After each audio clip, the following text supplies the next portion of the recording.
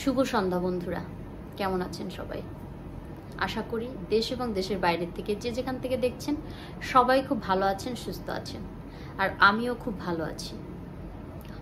তো বন্ধুরা, আসলে আজকে আমি কোনো ওইরকম ব্লগ নিয়ে আসছি না, তো একটা ভিডিও বানাতে চাই বা ভিডিও করব, ছোট্ট ভিডিও। সেটা হচ্ছে আজকে আমার মূল কথা হচ্ছে এবছরের যারা এসএসসি পরীক্ষার্থী ছিল বা যারা পাশ করেছে 24 সালের, তার মধ্যে আমার ছেলেও রয়েছে।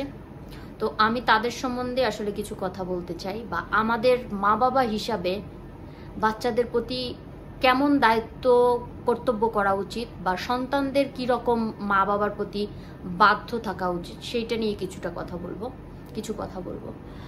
তো বন্ধুরা, প্রথমে যেটি বলতে চাই, আমরা মা বাবা হিসাবে আসলে সন্তানদের কাছে অনেক কিছু আশা করতে পারি বা ভালো কিছু আশা করতে পারি, কিন্তু আমরা তখনই আশা করতে পারি যখন আমরা বাচ্চাদেরকে সেইভাবে কিছু দিতে পারবো।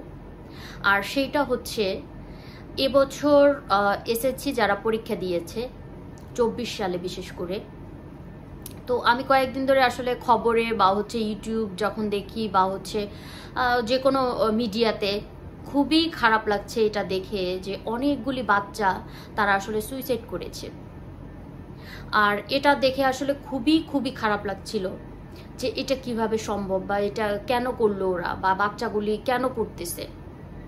তো আমি যেটা বলবো বন্ধুরা, সেটা হচ্ছে আমাদের যেসব বাচ্চারা শহরমুখী থাকে বা শহরে থাকে, প্রত্যেকটা মা বাবাই কিন্তু তাদের যতটুকু সামর্থ্য থাকে তারা কিন্তু চেষ্টা করে যায় তার সন্তানেরা কিভাবে একটু ভালো করবে বা কিভাবে আর একটু ভালো করানো যায়। বিশেষ করে আমি যেটা করেছি, বা আমার মতো আরও 10 জন বাবা মা যারা করেছে, যে সন্তান কিভাবে আর একটু ভালো পড়াশোনা করতে পারবে বা আর একটা টিচারের দরকার আছে কিনা। তো এই কথাটা এই জন্যই বললাম যে তাহলে এই সন্তানগুলি কেন ফেল করলো। তো একটা বাচ্চা কিন্তু ফেল করার অনেক কারণ থাকে। সেটা হচ্ছে একটা বাচ্চা হয়তো বা সে পড়াশোনা করতেছে, কিন্তু আসলে কি পড়াশোনা করার মতো সে কোনো ভালো পরিবেশ পাচ্ছে?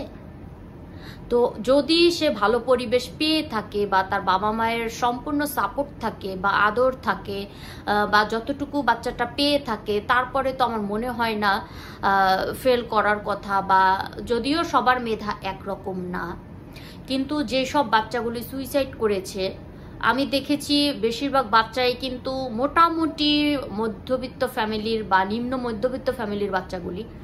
তো দেখে খুবই খারাপ লাগলো। তো আমি একটা জিনিস বলবো বা একটা কথা বলবো, সেটা হচ্ছে এবছর 24 তো গেল, কিন্তু 25-এর যারা পরীক্ষার্থী রয়েছে, যাদের বাবা মার ঘরে অশান্তি রয়েছে বা যাদের বাবা মা সন্তানদেরকে ওইভাবে সময় দিচ্ছেন না, বা হচ্ছে যারা কর্মব্যস্ত জীবনযাপন করছেন, তো একটু চেষ্টা করবেন। যদিও সবারই কাজ সেরে আসার পরে অনেক ক্লান্তি থাকে, তারপরে একটুখানি আপনারা খোঁজ খবর নেবেন যে আপনার সন্তান আদৌ পড়াশোনা করছে কিনা, বা তাদের মন মানসিকতা ঠিক আছে কিনা, বা হচ্ছে আপনি সপ্তাহে যদি একটা দিনও ছুটি পেয়ে থাকেন, আপনার উচিত বাচ্চাকে নিয়ে একটু বের হওয়া।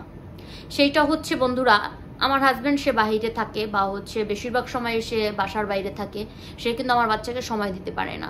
বা হচ্ছে আমার ঘরে যতই যা কিছু হয়ে যাক, আমি কিন্তু চেষ্টা করি আমার বাচ্চাকে, ও কি পছন্দ করে, ও কি খেতে চায়, বা হচ্ছে ও কোথায় যেতে চায়, বা ও কখনো যদি আমাকে বলে যে মা আমি একটু বেড়াইতে যাইতে চাই বা ঘুরতে যাইতে চাই, আমি কিন্তু চেষ্টা করি তাকে ঘোরানোর। কারণ হচ্ছে প্রত্যেকটা বাচ্চার পড়াশোনার পাশাপাশি কিন্তু তার অবশ্যই মেধা বিকাশের জন্য তাকে একটু ঘুরাই নিয়ে আসতে হবে, এবং হচ্ছে রিল্যাক্সের দরকার আছে। কারণ বাচ্চারা এখন কম্পিউটারের থেকেও মনে হয় ফাস্ট তাদের মানে পড়াশোনাটা চালাই যেতে হয়। কারণ হচ্ছে এত বেশি পড়ার চাপ থাকে, স্কুল থাকে, কোচিং থাকে, প্রাইভেট থাকে, তো তারপরে তো আরও বাসায় আরও 2-3টা টিচার থাকেই, এটাই স্বাভাবিক। তো এরপরে বাচ্চাটা তো আমার মনে হয় ওদের জায়গায় যদি আমি থাকতাম, আমার মনে হয় না যে আমি এত পড়াশোনা নিতে পারতাম। কারণ আমাদের সময়টাতে আসলে প্রাইভেট কি এরকম চিন্তাই করতে পারি নাই। হয়তো বা বছরের শেষে মাকে রিকোয়েস্ট করে 1 মাস বা 2 মাস প্রাইভেট পড়তে হয়েছে। কিন্তু আমাদের বাচ্চারা তো আর ওই রকম না, ওদের তো এখন স্কুল লাইফ থেকে মানে শুরুর থেকেই ওদেরকে আসলে প্রাইভেট দিতে হয়, কারণ হচ্ছে যেহেতু মা বাবারা ব্যস্ত থাকে। তো আমি এইটা থেকেই বুঝতে পারলাম যে আসলে বাচ্চাদেরকে সময় দেওয়া উচিত বা সময় দেওয়া দরকার, তাদের পাশে থাকা দরকার। আর সব থেকে বড় বিষয় হচ্ছে বন্ধুরা, ঘরে যদি অশান্তি থাকে, আমি দেখেছি যে বাচ্চার উপরে কতটা এফেক্ট পড়ে বা কতটা সেই বাচ্চা কষ্টে থাকে। আসলে যেহেতু এটা মিডিয়া বা হচ্ছে এটা সবাই দেখবে, তো সেই ক্ষেত্রে আমি আর এর বাইরে কিছু বলতে চাই না। কিন্তু আমি দেখেছি আমার ঘরে যখন ছোটোখাটো অশান্তি বা এরকম কিছু হয়, আমার ছেলেটা খাওয়া দাওয়া বন্ধ করে দেয়। কারণ হচ্ছে আমার ছেলের মতো হয়তো বা আরও 5টা ছেলে বা মেয়ে এরকম আছে যারা বাবা মার অশান্তি পছন্দ করে না, বা তারা খুব কম কথা বলে, বা হচ্ছে তারা একটু চুপচাপ স্বভাবের, শান্ত স্বভাবের থাকে। আর এই সব বাচ্চারাই কিন্তু বেশি কষ্ট পায়। ওরা কিন্তু কাউকেই বুঝাইতে পারে না। যেমন আমরা একটা সমস্যা হইলে একজনকে বলতে পারি, কিন্তু এই সব বাচ্চাগুলি কিন্তু ওরা ডিপ্রেশনে ভোগে, ওরা কারো কাছে ওদের মনের কষ্টগুলি বলতে পারে না। তো আমি রিকোয়েস্ট করব একজন মা হিসাবে, যাদের মানে বাচ্চারা আগামীতে সেই পরীক্ষার্থী থাকবে বা পরীক্ষা দিবে, বা এছাড়াও যারা অন্যান্য ক্লাসের পরীক্ষার্থী রয়েছে, আমাদের মা বাবা হিসাবে দায়িত্ব সন্তানের পাশে থাকা এবং তাদের মনের খবর নেওয়া বা তাদের কি প্রয়োজন সেইটুকু জানা। হয়তো বা আমরা লাক্সারিয়াস এরকম জীবন দিতে পারবো না, কিন্তু হচ্ছে আমরা তো বাচ্চাটার পাশে থাকতে পারবো বা সপ্তাহে একটা দিন কাছের কোথাও নিয়ে ঘুরে আসতে পারবো। যেমন আমার ছেলের সাথে কিন্তু আমার বন্ধুর মতো সম্পর্ক, কারণ আমরা সারা বছর অনেক ঘুরতে পছন্দ করি। যদিও আমার হাজবেন্ড সময় দিতে পারে না, কিন্তু আমি আমার ভাই বোনদের সাথে করে নিয়ে গেলেও সবাই মিলে আমরা মজা করি বা চেষ্টা করি, বা একটু মুভি দেখতে যাই, বা হচ্ছে লং ট্যুরে যাই, বা আমরা একটুখানি সেই সাভারের ভিতরে, যেহেতু আমি সাভারে থাকি, কাছাকাছি যেখানে কোনো স্পট আছে সেখানে আমরা ঘুরি। কারণ এইটাই হচ্ছে আসলে বাচ্চাদের মেধা বিকাশের একটা মাধ্যম। তো যেহেতু আমরা মা বাবা, আমরা অবশ্যই চাবো যেন কোনো সন্তান অকালে ঝরে না যায়। কারণ হচ্ছে আমি দেখে খুবই কষ্ট পেয়েছি যে ওই বাচ্চাগুলির জায়গায় যদি আজকে আমার বাচ্চাটা থাকতো, আমার কত কষ্ট হইতো। কারণ হচ্ছে আমি তো মা হিসাবে এটা নিতে পারতাম না। আর সব থেকে বড় বিষয় হচ্ছে, অনেকেই হয়তো বা বলে থাকেন যে একটা বাচ্চা, আসলে বন্ধুরা একটা বাচ্চার 5টা বাচ্চা তো একই কথা আমি মনে করি। কারণ হচ্ছে একটা আঙ্গুল কাটা পড়লে যেমন ব্যথা লাগবে, তো 5টা আঙ্গুল কাটলেও কিন্তু সেই একই সমান ব্যথা হবে। তো আমার তো একটা বাচ্চা, কিন্তু যাদের আরও 4টা 5টা বাচ্চা রয়েছে তাদেরও যদি এই কোনো রকম কোনো সমস্যা হয়, সবার মা বাবারই কিন্তু একই কষ্ট হয়। তো আমি বলবো বাবা মা হিসাবে আমরা যেন সন্তানের পাশে থাকি এবং হচ্ছে বাচ্চাদেরকে বোঝার চেষ্টা করি। আর একটা কথা হচ্ছে বন্ধুরা, আমরা তো মা বাবা, আমরা বাচ্চাদের থেকে অনেক কিছু আশা করি, কিন্তু এইভাবে যেন আমরা বাচ্চাদেরকে প্রেশার ক্রিয়েট না করি যে তোমাকে A+ পেতেই হবে, বা হচ্ছে এইটা কেন হইল না। ওদেরকে ফোর্স না করি, যেন ওদেরকে সুন্দরভাবে বুঝাইয়া কিছু ওদের থেকে আদায় করতে পারি। কারণ হচ্ছে একটা বাচ্চা A+ কোনো বড় বিষয় না, বিষয় হচ্ছে সে কি শিখলো এবং হচ্ছে আদৌ সে ভালো মানুষ হতে পারবে কিনা বা ভালো মানুষ হচ্ছে কিনা। আমাদের মা বাবা হিসাবেও কিন্তু এটা দায়িত্ব রয়েছে জানার, বা আমাদের বাচ্চারা তাদের বন্ধু মহল কেমন বা বন্ধুরা আদৌ ভালো কিনা, এইটা আমাদের মা বাবা হিসাবে কিন্তু খেয়াল করা উচিত বা দায়িত্ব নেওয়া উচিত। সেই সব বাচ্চারা কখনোই ঝরে যাবে না, আমি এটা মানে মা হিসাবে আমি বলতে পারবো।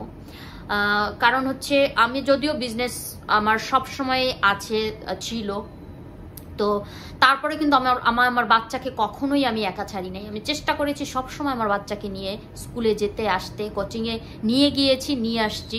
তো আমি নিজেকে কিন্তু কখনোই মানে আমার যে কষ্ট হচ্ছে এটা আমি বাচ্চাকে বুঝতে দেই নাই, কিন্তু আমি ওর জন্য যতটুকু করার করেছি। আর এই জন্য হয়তো বা আমার বাচ্চাটা ভালো পাশ করেছে, বা সে আমি চেষ্টা করছি এখন যেন সে একটা ভালো জায়গায় সে ভর্তি হতে পারে। আর মা হিসাবে তো এটা আমি করতেই পারি বা চেষ্টা করতে পারি। আর যেহেতু আমাদের সুযোগ রয়েছে সে কয়েকটা কলেজে সেই অ্যাপ্লিকেশন করার জন্য, সেহেতু আল্লাহ ওর কপালে যেটা রেখেছে সেটা তো হবেই।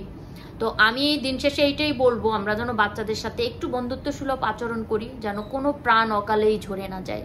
কারণ হচ্ছে SSC পরীক্ষা আসলে জীবনের এইটা একটা পার্ট, কারণ এখান থেকেই একটা বাচ্চার শুরু হয়। আর এখানেই যদি একটা বাচ্চা শেষ হয়ে যায় তাহলে কিভাবে? এটা তো কোনোভাবেই আসলে মানা যায় না বা কোনোভাবেই এটা পসিবল না। তো বন্ধুরা, ভিডিওটি আসলে আর বড় করতে চাই না। আমরা যেন সব বাচ্চাদের সাথে এসে বন্ধুত্ব সুলভ আচরণ করি। এবং কোনো জায়গা থেকেও যদি বন্ধুরা আমার ভিডিওটি ভালো লাগে, অবশ্যই আপনারা একটি লাইক কমেন্ট শেয়ার করবেন এবং সাবস্ক্রাইব করে আমার পাশে থাকবেন। Thank you.